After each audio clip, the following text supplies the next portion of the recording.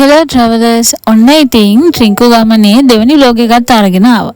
පළවෙනි vlog එක බලපු ඔයාලා දන්නවා අපි අග්බෝපුරේ ඉඳලා ට්‍රින්කෝ වලට බස් එකේ එන්න පිටත් වුණා කියලා. අපි ට්‍රින්කෝ යන්න කලින්ම බයික් එකක් රෙන්ට් කළා. ඉතින් අපි ට්‍රින්කෝ වලින් බැහැලා වීල් එකක් අරගෙන බයික් එක රෙන්ට් කරපු තැනට ගිහිල්ලා ඒකත් අරගෙන තමයි අපේ ගමන පටන් ගත්තේ. මේ තමයි ට්‍රින්කෝ වල අපේ නවාතැන. නිලාවේලි බුටික් හොටෙල්. හොටෙල් එකේ වීඩියෝස් ගන්න වෙලාවක් තිබුණේ නෑ. ඒක හරිම කාම් වයිබ් එකක් තිබුණු තැනක්. බීච් එකට මීටර් 200ක් වගේ තමයි තිබුණේ. මේ තමයි අපි හිටපු රූම් එක. අපේ බෑග් එක ට්‍රැවල් කරන්න බැරි නිසා අපි early check-in එකක් ඉල්ලගෙන බෑග්ස් ටික රූම් එකකින් දාලා ළඟ තිබුණු කඩේකින් දවල්ට කාලා අපේ ගමන පටන් ගත්තා. මම මේක බුක් කළේ Agoda app එක හරහා ඒකේ ලැබුණු ඩිස්කවුන්ට් එකකට. නිලාවේලි බුටික් හොටෙල් එකේ කස්ටමර් සර්විස් එකත් ගොඩක් හොඳයි. අපේ චෙක් අවුට් එකත් පොඩි ගැටලුවක් නිසා ලේට් වුණා. හැබැයි කිසිම දෙයක් ඒගොල්ලෝ ඒ ගැන කිව්වේ නැහැ. ඔයාලට කැම වුණේ නම් එතනින් ඕඩර් කරගන්නත් පුළුවන්. ට්‍රින්කෝ වල පළවෙනි ගමන තියෙන්නේ මෙන්න මේ පාරේ. කොඩ්ඩියාර් බේ එක වටේ තමයි අපිට යන්න තියෙන්නේ. කිලෝමීටර් 53ක ගමනක්. මේ පාරේ යද්දී දකින්න ලස්සන ඔයාලත් එක්ක ෂෙයා කරගන්නම ඕනේ. මේ පාරේ යද්දී නම් බලන්න දේවල් ගොඩාක් තියෙනවා. මේ තියෙන්නේ ටෝකියෝ සිමෙන්ති කර්මාන්ත ශාලාව. ඔයාලට සර්ච් කරලා හොයාගන්න පුළුවන් මේ අවට බලන්න යන්න පුළුවන් තැන්. මාබල් බීච් එකත් මේ යන පාරෙමයි තියෙන්නේ. අපිට නම් එහෙ යන්න තරම් වෙලාවක් තිබුණේ නැහැ. ඔයාලට ටයිම් මැනේජ් කරගන්න පුළුවන් නම් අනිවාර්යෙන් මාබල් බීච් එකටත් යන්න. ඒ වගේම මේ අවට තියෙන අනිත් තැන් වලටත් ඔයාලට අවසරය අරන් යන්න පුළුවන්. ඒ තැන් ගැනත් හොයලා බලලා ඔයාට ඒ තැන් වලටත් යන්න පුළුවන්. අපි මේ යන්නේ කලපුවක් වටේ නිසා ගොඩබිම් යා කරන පාලම් බොහෝමයක් අපිට මේ අතරතුර හම්බ වෙනවා. ඒ අතරින් ත්‍රිකුණාමලයේ ජන ජීවිතය වෙනස් කරපු වැදගත් ඉදිකිරීමක් අපිට හම්බ වෙනවා. ඒ තමයි ත්‍රිකුණාමල දිස්ත්‍රික්කයේ තියෙන විශේෂිතම ස්ථානවලින් එකක් වන කින්නියා පාලම. මේක ලංකාවේ දිගම පාලම ලෙස හඳුන්වනවා.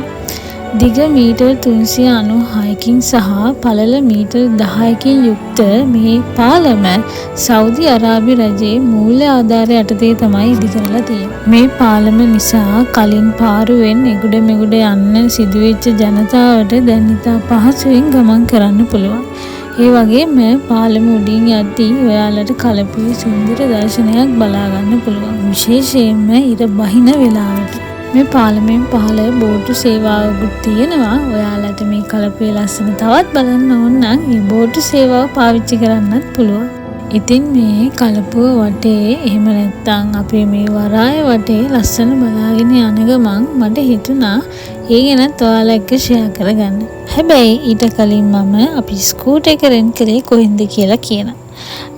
මෙන්න මේ නම්බර් එකට කෝල් කරලා ඔයාලට ස්කූටර් රෙන්ට් කරන්න පුළුවන්. දවසට රුපියල් 2500යි. හොඳ කස්ටමර් සර්විස් එකක් තියෙන තැනක්. වැඩි විස්තර දැනගන්න නම් මේ නම්බර් එකට කෝල් එකක් දෙන්න. ට්‍රින්කෝ වල පික්මී ඇප් එක වැඩ. ඒකින්ද ඔයාලට ට්‍රීවිල් එකක් උනත් දාගන්න හරිම ලේසි. ඒ වගේම ෆස්ට් ටයිම් ට්‍රින්කෝ වල පික්මී ඇප් එක අපි පාවිච්චි කරද්දී අපිට ඩිස්කවුන්ට් උත් හම්බ වුණා. ලංකාවේ විශාලතම ස්වභාවික වරාය තමයි අපේ ත්‍රිකුණාමල වරාය.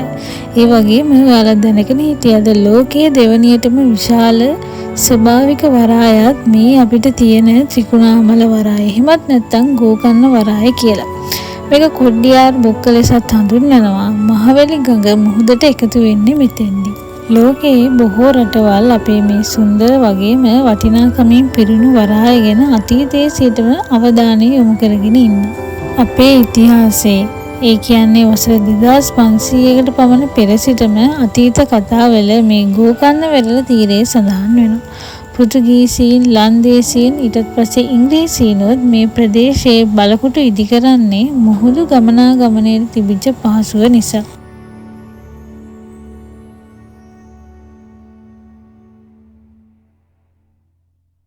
වර්තමානයේදී අභ්‍යන්තර වරාය සහ පිටත වරාය ලෙස වරායන් දෙකක් පවතිනවා. පිටත වරාය බොහෝ විට ධීවර කටයුතු සඳහා භාවිතා කරනවා.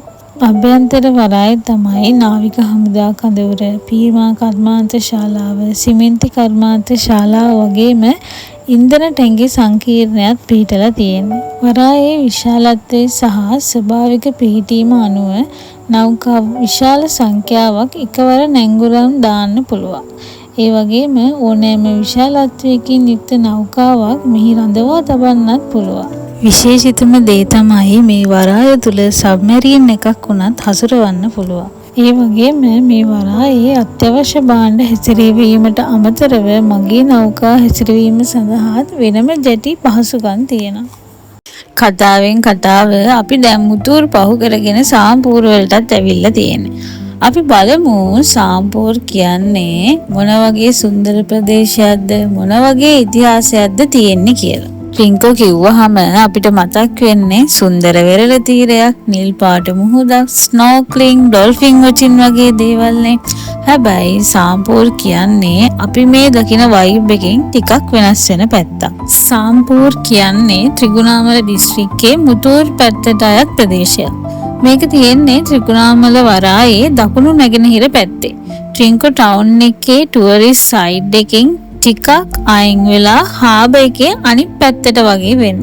ඒ නිසා මේ හරියට එනකොට ට්‍රින්කෝ ටවුන් එකේ තියෙන බිසි ටුවරිස්ට් ෆීල් එක ටිකක් වෙනස් වෙලා නිහඬ අඩු සංවර්ධිත ප්‍රදේශයක් විදිහට තමයි අපිට දකින්න ලැබෙන්නේ. මේ ප්‍රදේශයට ලොකු හිස්ටරි එකක් තියෙනවා. අපේ රටේ සිවිල් යුද්ධයේ තියෙන කාලේ සාම්පූර් කියන්නේ ඊටාම උපාය මාර්ග වැදගත්කමක් තිබුණු තැන. ඒකට හේතුව උනේ ත්‍රිකුණාමල වරාය මේ සාම්පූර් නගරයට ඉතා ආසන්නව පිහිටා තිබීම. මේ පාරවල් දිගේ යද්දී ඒ ඉතිහාසය අපිට ආයෙත් මතක් වෙන රූප රාමු තාමත් මේ ගමේ තියෙනවා. ඉතින් මේ පාරේ යද්දී අපිට මේ ලස්සන පරිසරය විතරක් නෙමෙයි ඒ පාරවල් වලට යට වෙලා තියෙන ඉතිහාසයත් මතක් කරන්න පුළුවන්. යුද්ධ, අවතන් වීම, නැවත පදිංචි කිරීම වගේ සිදුවීම් මේ ගම්වැසියන්ගේ නිහඬ ජීවිත කතාවල තියෙනවා. හරිම සරල දිවි පෙවතක් තමයි මේ සාම්පූර් ගම්වැසියන්ට තියෙන්නේ. මේ ගමේ බොහෝ දෙනා ගමනාගමනයට යොදාගන්නේ ෆුට් සයිකල්. මේ ගමේ කෙළවර තියෙන කැලෑවක්. ඒ හරහා තමයි අපි අපේ ලොකේෂන් එකට යන්නේ. එක පැත්තකින් කැලෑව, එක පැත්තකින් ගම, තව පැත්තකින් මුහුදයි කලපුවයි. ඒ වගේම මේ ස්වභාවිකත්වය රැකුණු නිහඬ දේශීය අව්‍යාජ ෆීලින් එකක් තියෙන මේ ගම්මානය ගැන ඒ දැනෙන හැඟීම මට වචන වලට පෙරලන්න නම් තේරෙන්නේ නැහැ. කොහොම වුණත් මේ ගමන පටන් ගත්ත වෙලේ ඉඳන් ඉවර වෙනකම්ම ඉරහාමි නම් අපි දිහා එක එල්ලේ බලාගෙන හිටියා. මේ සාම්පූර් ගම්මානය ගැන ඔයාලත් එක්ක බෙදා ගන්න තව බොහෝ විස්තර තියෙනවා. ඒත් අපේ ඊළඟ ඩෙස්ටිනේෂන් එකට ලං වෙලා නිසා අපි දැනට ඒ කතාව නවත්තලා එතන ලස්සන බලමු. අපි ආයෙත් එන ගමන් මේ ගම ගැන තවත් බොහෝ විස්තර කතා කරමු.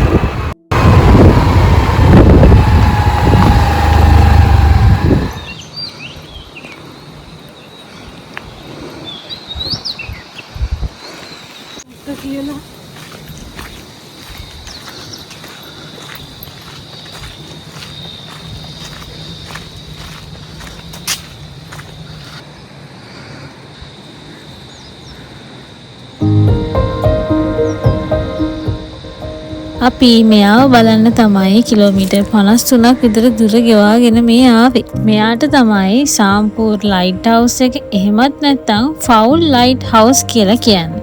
මෙයාටත් එසේ මෙසේ ඉතිහාසයක් නෙවෙයි තියෙන්නේ. එන්නකෝ අපි මෙයා ගැන ටිකක් කතා කරමු. ත්‍රිකුණාමලයේ පරම ප්‍රදීපාගාරයේ තිබිලා තියෙන්නේ ත්‍රිකුණාමල කොටුවේ කොඩි කණුව මුදුනේ ඉදි කරලා තිබ්බා කියලා තමයි කියන්නේ. ඒ කියන්නේ 1845 දී. පස්සේ මේ ෆවුල් ලයිට් හවුස් එකයි රවුන්ඩ් අයිලන්ඩ් ලයිට් හවුස් එකයි ඉදි කරද්දී ඒ පරණ ලයිට් හවුස් එක කඩලා දාලා තියෙනවා. මේ ලයිට් හවුස් එක ඉදි කරලා තියෙන්නේ 1863 වර්ෂයේ බ්‍රිතාන්‍ය පාලන සමයේදී. මේ ප්‍රදීපාගාරයේ ගඩොල් වලින් තමයි හදලා තියෙන්නේ. උස මීටර් 32ක් වෙනවා, විස්කම්භය මීටර් 25ක් වෙනවා. වානේ පඩිපෙළක් තමයි ඇතුලේ තියෙන්නේ. මට්ටම් 5කින් යුක්ත වෙනවා. සියවස් ගණනාවක් තිස්සේ රළ අතරින් ගමන් කළ නැවියන්ට අඳුරේ ආලෝකයක් වෙලා සුරක්ෂිතව මඟ පෙන්වපු නිහඬ මුරකරුවෙක් තමයි මේ. ඊට පස්සේ වසර 30ක් පුරා ශ්‍රී ලංකාවේ තිබුණු යුද්ධය නිසා මේ ප්‍රදේශය වරින් වර LTT හමුදාව යටතේ පාලනය වෙලා තියෙනවා. ඒ නිසා මේ ප්‍රදීපාගාරය භාවිත කිරීමටවත් නඩත්තු කිරීමටවත් නොහැකි වෙලා තියෙනවා. ඒ වගේම නිරන්තරයෙන් මෙහි සටන් පැවති නිසා මේක උණ්ඩ වලින් පිරුණා තිබුණා කියලාත් කියනවා. කොහොම වුණත් යුද්ධය අවසන් වීමෙන් පස්සේ මෙහි තිබුණු බිම් බෝම්බ ඉවත් කරලා මේ ප්‍රදේශයේ සාමාන්‍ය තත්ත්වයට පත්වීමෙන් පස්සේ තමයි මේ ප්‍රදීපාගාරය නැවත අලුත්වැඩියා කරලා පැරණි තත්ත්වයට පත් කරලා දැන් නාවික හමුදාව යටතේ තියෙන්නේ.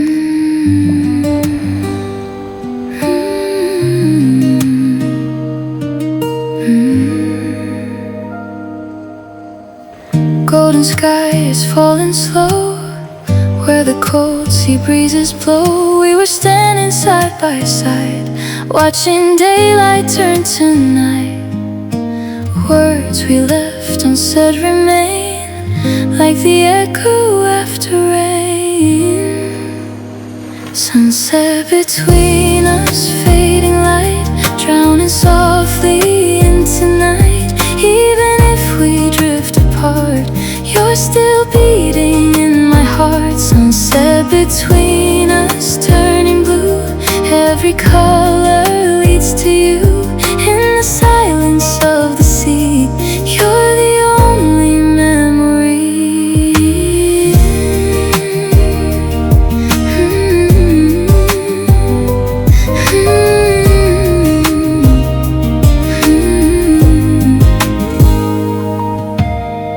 Footsteps lost in sinking sand. We were trying to understand how forever slips away like the end. මේ ලයිට් හවුස් එක ගාව බෑ දෙක තුනක් බොහොම නිදහසේ සෑහලුවෙන් ඉඳලා ඉර බහින්න කලින් අපි දෙන්න එන්න පිටත් වුණා. මුලින්ම කියන්න ඕනේ මේ කැලේ ඇතුලේ අලි ඉන්නවා. ලයිට් හවුස් එක ගාව ඉන්න නේවි ඔෆිසර්ගෙන් අපි අහුවාම කිව්වා අඳුර වැටෙද්දී අලි පාරට එනවා කියලා. ඒක නිසා ඔයාලා යනවා නම් වෙලාව ගැන බලලා යන්න. මැප් එකේ පෙන්වන ටයිම් එකට වඩා වෙලාවක් යනවා මෙතෙන්ට එන්න. මොකද අපි මගදිකට තියෙන ලස්සනත් බල නැවති එන්නේ. අනිත් එක මේ පාර ඔයාලට පේනවනේ. දවල් වෙලාවට රස්න නිසා අවුව බහින වෙලාවට තමයි මෙතන ලස්සන. ඒ කළුවර වැටෙන්න කලින් ඔයාලට එන්න කියලා මම කියනවා. මොකද අපි අපේ ආරක්ෂාව ගැන පළමුව හිතන්න ඕනේ. මේක කැලයක් විදියට හැඳින්වුවට ඔෆිෂියල් ටූරිස්ට් ස්පොට් එකක් නෙමෙයි. මොකද මේ අවට තියෙන්නේ වේලි කලාප පඳුරු සහ කලපු ආශ්‍රිත හැදෙන ගස් වර්ග. මේ ප්‍රදේශයේ බයෝඩයිවර්සිටි එක පැත්තෙන් නම් ඉතා වැදගත් බව රිසර්ච් වල සඳහන් වෙනවා. මොකද මිශ්‍ර පරිසර පද්ධතියක් තමයි මෙහි දකින්නට ලැබෙන්නේ. ඒක නිසා මේ ප්‍රදේශය ඉකෝලොජිකල් වැලියු එකක් තියෙන ප්‍රදේශයක්. මෙහි පාර පුරා හරක් ඉන්නවා. ඒක නිසා යාලටත් කරදරයක් නොවෙන්න ඔයාලත් පරිස්සමෙන් මේ ගමන ගිහින් එන්න. මේ පරිසරයේ විතරක් නෙවෙයි මේ ගම්වැසියන්ට තියෙන්නේ හරියම පිරිසිදු ලස්සන හිත්.